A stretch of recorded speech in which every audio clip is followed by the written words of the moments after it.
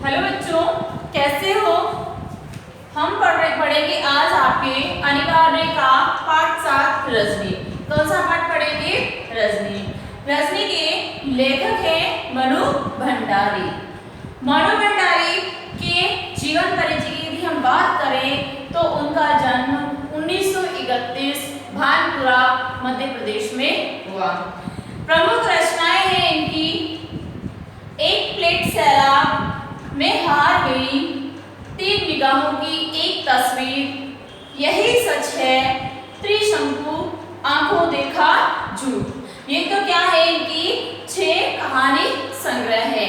कहानियां बहुत सारी इन्होंने लिखी जीवन में, किंतु यहाँ पर कुछ ही कहानी संग्रह हमारे पास प्रस्तुत है। एक प्लेट सैलाब में हार गई, 3 निगाहों की तस्वीर, यही सच है, त्रिशंकु, आंखों देखा झूठ, ये इनकी कहानी संग्रह है। आपका बंटी, महाभोज, स्वामी, 1 इंच मुस्कान, ये 4 इनके क्या है? उपन्यास है। कौन से हैं? उपन्यास। उसमें से भी ये जो 1 इंच मुस्कान है, ये वाला उपन्यास ये इन्होंने राजेंद्र यादव के साथ में मिलकर लिखा। राजेंद्र यादव जो इनके पति माने जाते हैं, पति है, ठीक है, उनके साथ में मिलकर ये वाला इन्होंने लिखा। उसके बाद रजनी, निर्मला, स्वामी, दर्पण, ये इनकी पटकथाएं हैं। तो आधा कवि परिचय तो आपका यही सिमट गया। यानी कि कोई कवि या लेखक परिचय का पूछा जाए तो पहले उसका जन्म, उसकी मृत्यु, उसकी रचनाओं के बारे में बताना अनिवार्य होता है। और ये याद रखना कि 5 नंबर का आपका क्या आता है? लेखक और कवि परिचय आता है। इसलिए लेखक और कवि के जन्म, मृत्यु, माता पिता, उनके रचनाओं के बारे में आपको याद होना चाहिए। ये इनकी यहाँ पर रचनाएं हैं। हिंदी अकादमी दिल्ली का शिखर सम्मान इन्हें प्राप्त हुआ। बिहार सरकार, भारतीय भाषा परिषद कोलकाता, राजस्थान संगीत नाटक अकादमी और उत्तर प्रदेश हिंदी संस्थान द्वारा इनको पुरस्कृत किया गया। अनेक पुरस्कार भी इन्होंने प्राप्त किए। मनु भंडारी की हिंदी की कहानी में उस समय सक्रिय नई कहानी आंदोलन अपने उठान पर था। यानी मनु भंडारी जब कहानियां लिख रही थी, उस समय जो नई कहानी का दौर था, नई कहानी की जो विधा थी, वो अपनी बहुत अधिक चरम सीमा पर पहुंच चुकी थी। नई कहानी आंदोलन में जो नया मोड़ आया, उसमें मनु भंडारी का विशेष योगदान है। यानी कि नई कहानी के मोड़ में मनु भंडारी ने अपना योगदान दिया। नई कहानी आंदोलन, छठा दशक में जो नया मोड़ आया, उसमें मनु भंडारी का विशेष योगदान था। उनकी कहानियों में कहीं पारिवारिक जीवन, कहीं नारी जीवन और कहीं समाज के विभिन्न वर्गों की विसंगतियों पर इन्होंने प्रकाश डाला है, या कहीं आत्मीय अंदाज में इन्होंने अभिव्यक्तियां प्रदान की है। उन्होंने आक्रोश और व्यंग्य संवेदना को मनोवैज्ञानिक रचना का आधार दिया है। वह चाहे कहानी हो, उपन्यास हो और चाहे पटकथा ही क्यों ना हो। यानी कि चाहे कहानी, उपन्यास, पटकथा कुछ भी हो, लेकिन उनकी जो काव्य है, उनकी जो कहानियां हैं, उनमें व्यंग्य, आक्रोश और संवेदना का आधार दिखाई देता है। यानी कि गुण उनके रचनाओं में प्राप्त किए जाते हैं या देखे जाते हैं। यहाँ मनु भंडारी के जी द्वारा लिखी एक पटकथा पढ़ने जा रहे हैं। कौन सा? रजनी जो पाठ है वो मनु भंडारी द्वारा लिखी गई एक पटकथा है। पटकथा यानी पट या स्क्रीन के लिए लिखी गई कथा, यानी कि जिसको हम लोगों के सामने नाटक के माध्यम से प्रस्तुत कर सकते हैं, तो वो पटकथा कहलाती है, जिसमें पात्रों को दर्शाया जाता है, जो पर्दे के पीछे किया जाता है। रजत पटल के लिए भी और टेलीविजन के लिए भी। मूल बात यह है कि जिस मंच पर खेलने के लिए नाटक लिखे जाते हैं, उसी तरह कैमरे से फिल्माए जाने के लिए पटकथाएं लिखी जाती है। कोई लेखक किसी भी दूसरी विधा के लेखन करके उतने लोगों तक अपनी बात नहीं पहुंचा सकता जितना पटकथा लेखन द्वारा पहुंचाया जा सकता है। यानी कि कोई लेख लिखता है तो लेख लोगों को उतनी जल्दी आकर्षित नहीं करता और उतनी जल्दी लोगों के पास पहुंचता भी नहीं है। ध्यान देना कि हम कोई फिल्म देखते हैं, यदि कोई हमें उसकी स्टोरी सुनाता है तो हमें उसकी स्टोरी में ज्यादा मजा नहीं आता और कुछ समय बाद हम क्या करते हैं, उसको भूल जाते हैं उस कहानी को, ठीक है। लेकिन यदि वही फिल्म हमने खुद ने देखी और पर्दे पे देखी तो वो फिल्म हमें आजीवन याद रहती है। तो इसका मतलब क्या है, क्योंकि जो पटकथाएं होती हैं वो लोगों के दिल और दिमाग में बहुत जल्दी असर करती है और लोग जल्दी उसे समझते भी हैं और उसे जीवन में अपनाते भी हैं। नहीं पहुंचा जितना ही पटकथा लेखक द्वारा, क्योंकि पटकथा शुरू होने के बाद धारावाहिक या फिल्मों के रूप में चाहे लाखों करोड़ों दर्शकों तक पहुंच जाती है। किसके रूप में? अब फिल्मों के रूप में पहुंचाई जाती है या धारावाहिक यानी नाटकों के माध्यम से पहुंचाई जाती है। लोकप्रियता के चलते ही पटकथा लेखन और लेखकों का भी पर्याप्त रुझान हुआ है और पत्र पत्रिकाओं तथा पुस्तकों में भी पटकथाएं छपने लगी थी। कहां पर? पत्र पत्रिकाएं और पुस्तकों में भी। प्रस्तुत पाठ में रजनी धारावाहिक की एक कड़ी दी गई है। रजनी जो नाटक है उस नाटक की एक कड़ी यहाँ पर प्रस्तुत की गई है रजनी वाले पाठ में।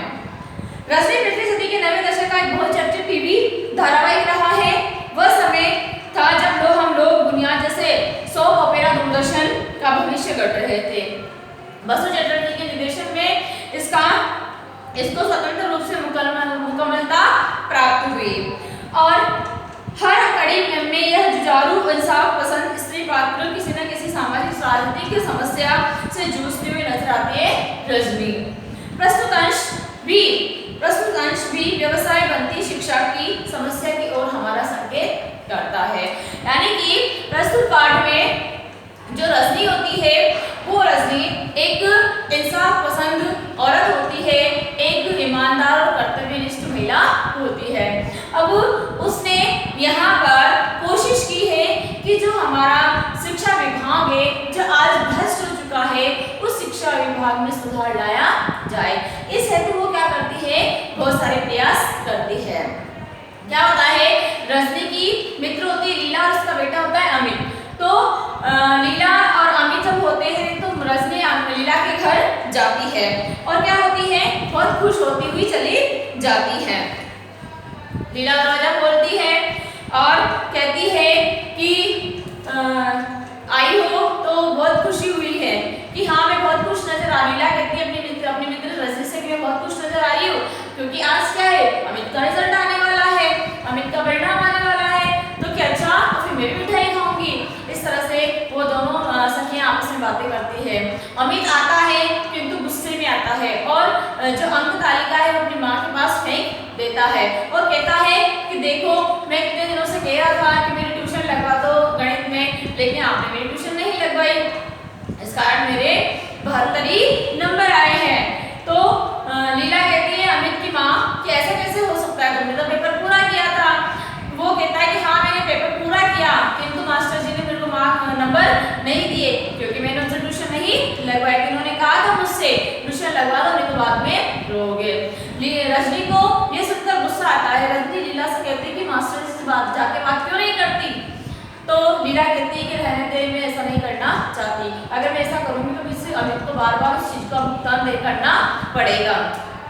रजनी वहां से गुस्सा होकर चली जाती है और दूसरे दिन स्कूल के हेडमास्टर के पास जाती है। हेडमास्टर साहब से कहती है कि मुझे आपके जो एनुअल जो वार्षिक पेपर होते हैं उनकी कॉपियां देखनी है अमित की। वो मना कर देता है क्योंकि वहाँ सब कुछ भ्रष्ट हुआ होता है, सब कुछ मिली भगत होती है। हेडमास्टर उनसे मना कर देते हैं और हेडमास्टर पे वो क्रोधित होकर चली जाती है क्योंकि हेडमास्टर भी अपने अध्यापक की ओर अपने अध्यापक की गलती को नहीं मानता। उनके यहाँ पर क्या नियम था कि बच्चों को ट्यूशन लगवानी है और इस तरह से वो शिक्षा को भ्रष्ट करते हुए चले जा रहे थे। रजनी उन पर व्यंग्य करती है और उन्हें सचेत करती है कि यदि आपने ऐसा नहीं किया तो मैं आपके स्कूल को बंद करवा दूंगी। वो वहाँ से चल पड़ती है और फिर जब शिक्षा विभाग के पास जाती है तो वहाँ भी शिक्षा विभाग में उसको कुछ हासिल नहीं होता। क्यों हासिल नहीं होता? क्योंकि वो भी पल्ला झाड़ देते हैं, कहते हैं कि हमारे पास बहुत सारे काम होते हैं, यही काम बचा है और आप पहली औरत हो जो ये शिकायत हमारे पास लेके आई हो कि स्कूल में शिक्षा का व्यापार चल रहा है या शिक्षा एक व्यवसाय बन चुकी है। हाँ ट्यूशन बच्चे लगाते हैं क्योंकि कमजोर बच्चे होते तो उनके लिए ट्यूशन लगाते हैं।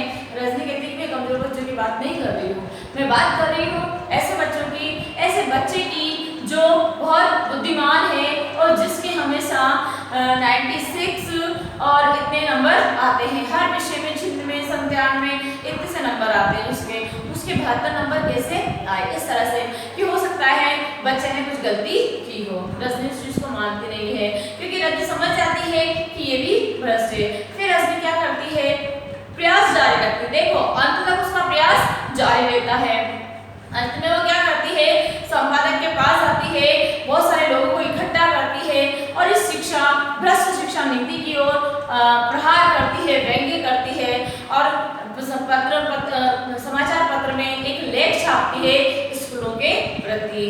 उसके पति भी उससे नाराज होते हैं कि तुम कहाँ फालतू के चक्कर में पड़ गई हो, ना तुम्हारा बच्चा अभी पढ़ता है ना कुछ। पति भी गुस्सा होते हैं बहुत समय तक, किंतु जब पति दूसरे दिन अखबार पढ़ते हैं और अखबार में अपनी पत्नी की द्वारा लिखा हुआ नोट देखते हैं तो बहुत प्रसन्न होते हैं और रजनी से कहते हैं कि आज तुमने बहुत अच्छा काम किया, I am proud of you. कि हाँ अब तो प्राउड करोगे ही सही, आप पहले तो बहुत सारे ताने दे लिए। देखती हैं, बहुत खुश होती है और कहीं ना कहीं रजनी की मेहनत सफल होती है। तो इस पूरे पाठ के माध्यम से उन्होंने क्या किया, शिक्षा विभाग में जो भ्रष्टाचार फैला हुआ है, शिक्षा को जिन लोगों ने व्यवसाय बना दिया है उन लोगों को समाज के सामने प्रस्तुत करने का प्रयास रजनी ने किया। और मैं तो ये मानती हूँ कि अगर रजनी जैसी हर स्त्री इस कार्य को करने के लिए, ऐसा प्रयास करने के लिए तत्पर हो जाए तो हमारा जो शिक्षा विभाग है इस शिक्षा विभाग सुधरकर उन्नति पर पहुंच जाए और शिक्षा अनौपचारिक ना होकर औपचारिक हो जाए। शिक्षा ऐसी हो जाए जो बच्चे के भविष्य को बनाए, ना कि बच्चे के भविष्य को बिगाड़ दे।